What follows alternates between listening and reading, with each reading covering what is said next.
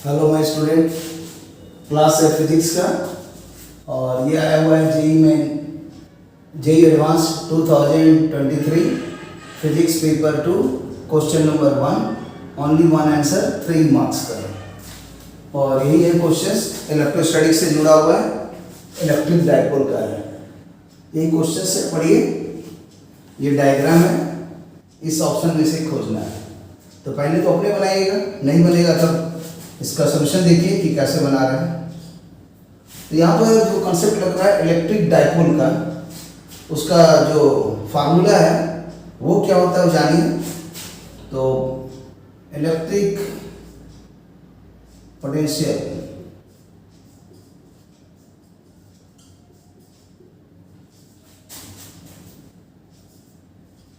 Due to N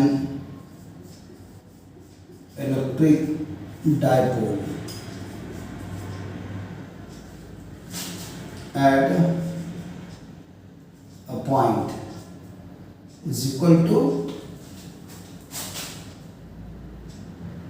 V, that is equal to 1 by 4 pi epsilon naught, vacuum के लिए लिख रहे हैं P dot R and vector R mod की। यही एक कंसेप्ट है और ये जनरल पॉइंट पर है। और जब ये इन डाउन पोजीशन या ब्रॉडन पोजीशन में होगा तो उस समय ये आंसर्स पी और डॉट के बीच का एंगल, अगर मान लीजिए कि इन डाउन पोजीशंस पर है तो उस समय इस तरह से होता है कि अगर यहाँ पर एक डाइपोल बना देते हैं और मान लीजिए माइनस क्यू और प्लस क्यू और एक दूसरे ओरिएंटेशन में दिखाते हैं तो ज़्यादा अच्छा रहेगा। इस टाइप से देखते हैं ये जो डायग्राम का, यहाँ पर देखिए अगर मान लीजिए कहीं पर है माइनस क्यू और ये प्लस क्यू और ये इसका सेंटर हो गया और यहाँ पर मान लीजिए कोई एक पॉइंट है जिसको कि यहाँ से ऐड कर दिया गया, ठीक है। और ये पॉइंट है जहाँ पर कि हमको पोटेंशियल निकालना है भी। तो यहाँ पर माइनस क्यू से प्लस क्यू, तो यही इसका डाइपोल का डायरेक्शंस होगा और उसको हम ऐसे दिखा देते हैं। अपवर्ड डायरेक्शन में होगा, इलेक्ट्रिक डाइपोल हो गया और ये इसका एंगल है थीटा और इस पॉइंट से लेकर के इस पॉइंट तक को आर वेक्टर बोलते हैं। मतलब इसको मान लिया जाए पॉइंट ए, इसको मान लीजिए पॉइंट बी और इसको मान लिया पॉइंट बी। तो यही जो डायग्राम दिखा है ये पी कैसा है, तो नेगेटिव चार्ज पॉजिटिव चार्ज, ये दोनों के बीच का जो डायरेक्शन है नेगेटिव से पॉजिटिव, वही इसका शो करता है डिस्प्लेसमेंट वेक्टर्स। और P जो है यहाँ पर आ जाएगा चार्ज और जो डायरेक्शन है A से B, यही कहलाता है इलेक्ट्रिक डाइपोल।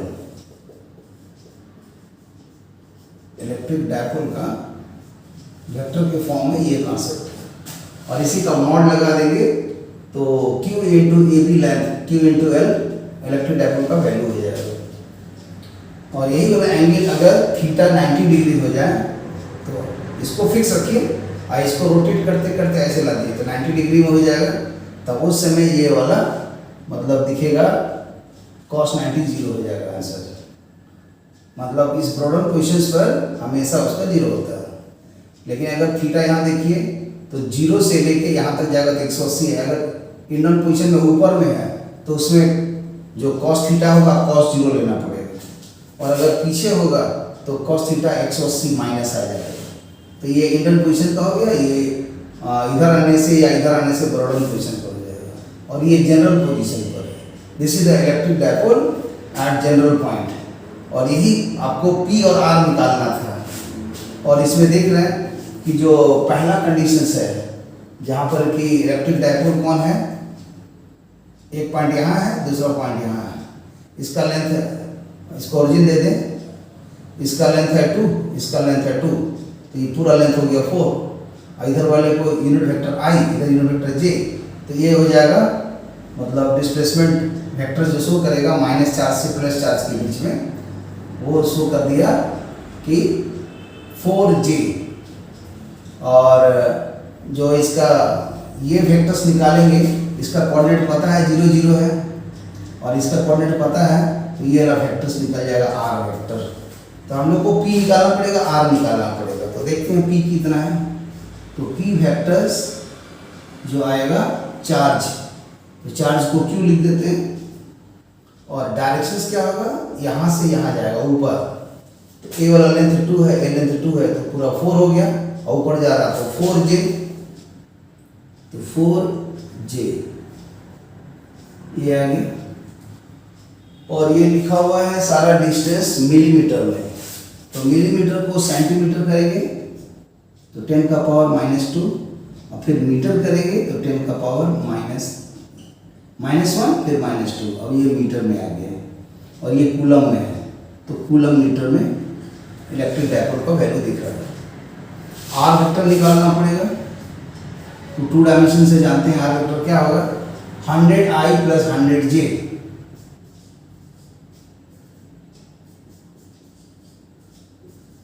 और ये भी मिलीमीटर में दिया हुआ है, तो पहले इसको कन्वर्ट करेंगे सेंटीमीटर में, फिर ये मीटर में, और ये हो गया मीटर। और इसी में 100 कॉमन ले लेंगे तो आ जाएगा i + j, और ये हो जाएगा 10 का पावर में -3 मीटर। और इसको लिखेंगे तो 100 × 10 का पावर में -3 × i + j, यही निकला मीटर में आंसर। अब ये p.r निकाल देंगे, तो p.r क्या होगा, p.r,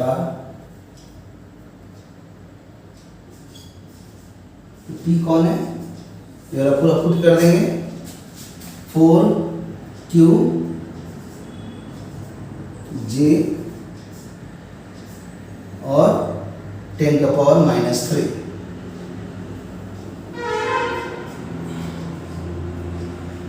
ये हो गया p डॉट, ये वाला आएगा तो आ जाएगा 100 10 का पावर -3 और इंटू i + j, ये आएगा। और इसका यूनिट नहीं लिख रहा है, समझ लीजिए यूनिट क्या होगा, इसका कूलम मीटर है, फिर ये मीटर है, cos थीटा का कोई होता नहीं है, इसलिए कूलम मीटर स्क्वायर हो जाएगा। तो इसलिए ये जो आंसर आया कूलम मीटर स्क्वायर में आ गया। अब इसको सॉल्व करेंगे तो क्या होगा, ये j और i से मल्टीप्लाई होकर 0 हो जाएगा, और j और j मिलकर के 1 होगा। तो इसके बाद का स्टेप नेक्स्ट में यहाँ दिखाते हैं, यहाँ पर देखिए। तो इसको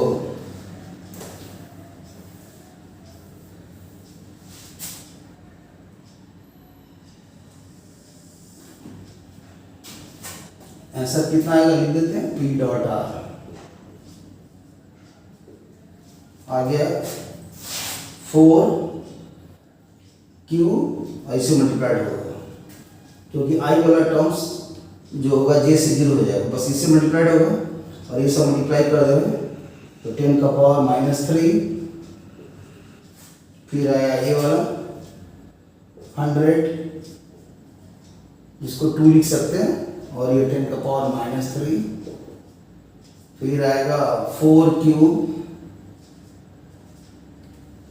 और इंटू i के साथ 1, तो ये आ गया 100। यहाँ पर ये 100 है, तो 10 का पावर -3 है और 10 का पावर -3 है, और 4q यही निकला p.r। और r वेक्टर मॉड निकालेंगे तो 100 आई प्लस जे मॉड, तो ये हो गया 100 और आई और जे का हो जाएगा 2 का पावर में हाफ स्क्वायर रूट, इसलिए आर वेक्टर मॉड का पावर में 3 करेंगे तो ये हो गया 100 और इंटू 2 का पावर में हाफ और पावर में 3, ये निकल गया। तो इसको पुट करने से v निकल गया कि v का आंसर जो कि दिया हुआ है क्वेश्चन में v नॉट है, and this answer is equal to 1/4 pi epsilon naught और p डॉट r अभी निकाले थे हम लोग, p डॉट r ये वाला है 10 का पावर -3 स्क्वायर 10 का पावर -3 4 क्यूब, यूनिट नहीं लिख रहा है, और डिवाइडेड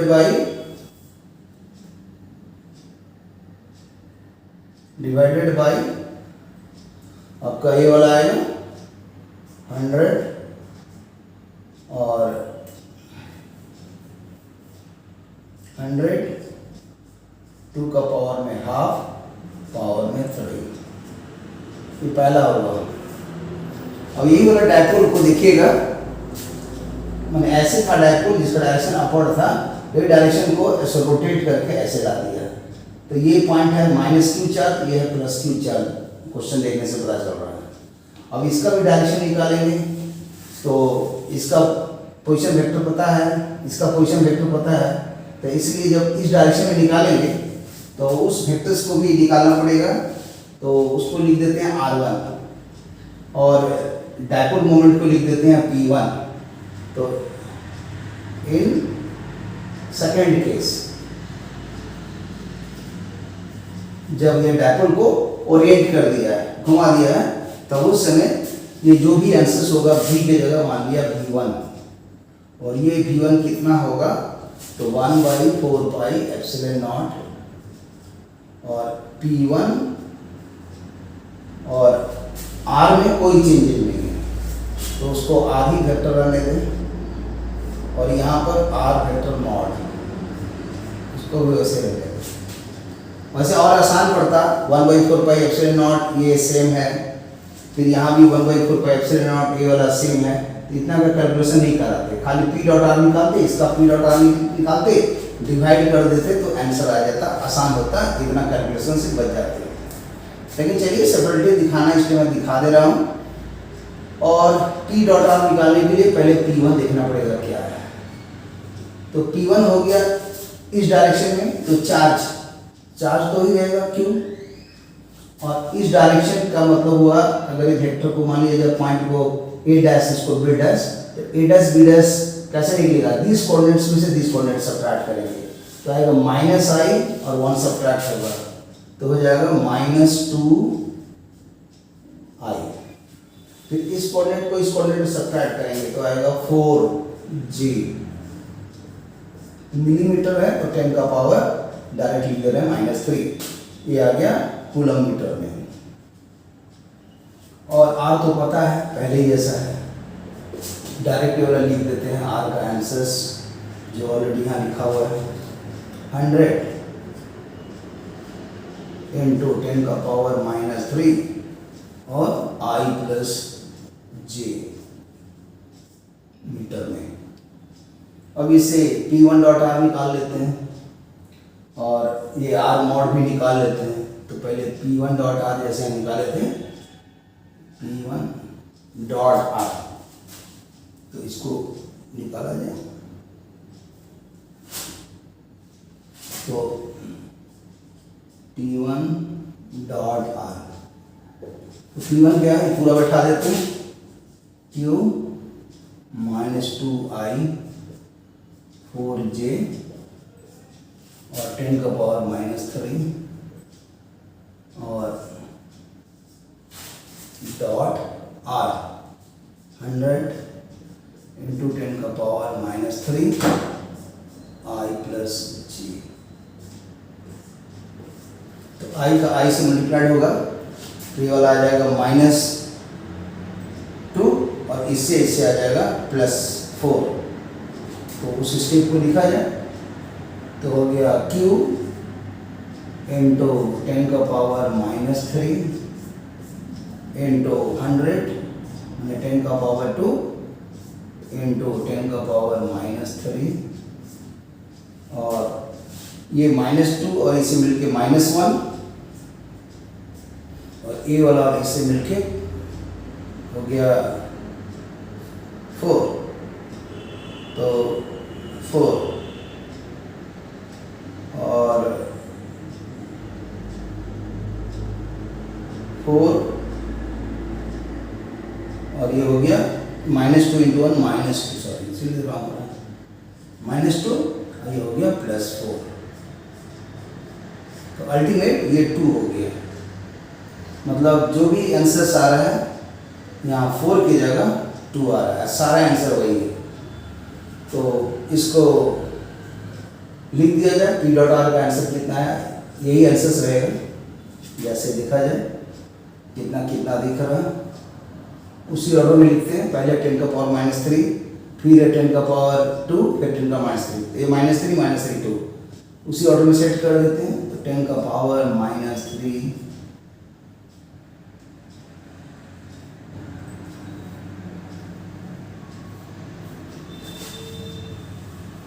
10 का पावर में -3 फिर 10 का स्क्वायर में है फिर 10 का पावर -3 और फिर में ये 4 क्यूब की जगह यहाँ पर 2 क्यूब नहीं आया और फिर ये जो आर वेक्टर मॉड है वो तो वही रहेगा इसलिए यहाँ पर उसको डायरेक्ट लिख देते हैं। तो ये हो जाएगा कि R vector mod is equal to ये सेम रहेगा पहले ही जैसा रहेगा 100 इंटू 2 का पावर में हाफ और इसी के पावर में 3 और अब इसका P डॉट आर का वैल्यू पुट कर देते हैं। तो वो आंसर्स को दिखा दिया जाए यहीं पर।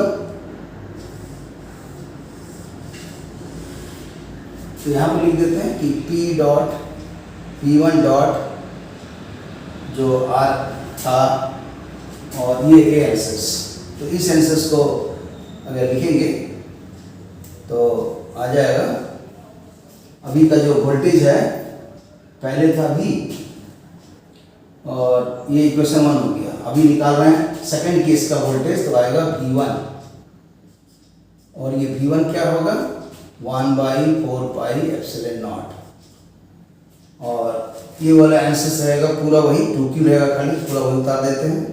10 का पावर -3 10 का पावर 2 10 का पावर -3 इंटू 4Q की जगह यहाँ पर आया है 2Q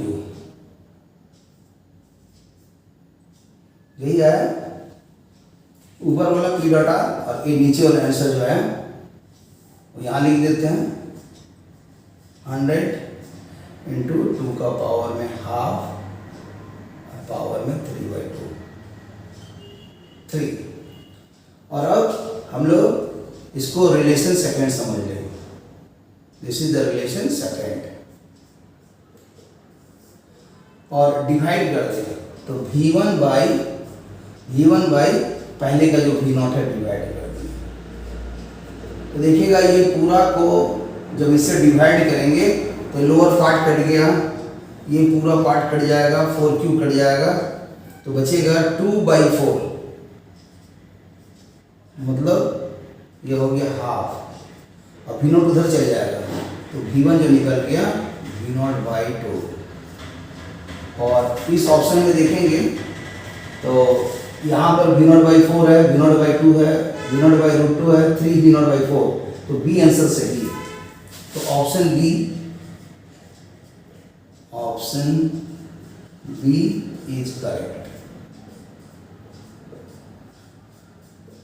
तो यही इसका आंसर है सॉल्यूशन है।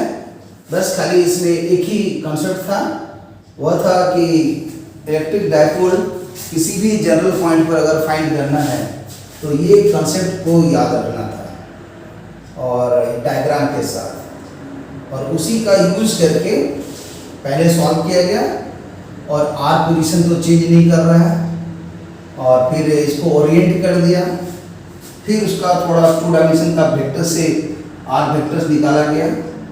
यहाँ पर आर वेक्टर की जगह सेकंड केस को लिख देते हैं R1 वेक्टर, लेकिन R1 वेक्टर बोलना ठीक नहीं है क्योंकि R1 वेक्टर में कोई चेंज नहीं, जो पहले था वैसे ही है, इसीलिए R1 लिखने का जरूरत नहीं है।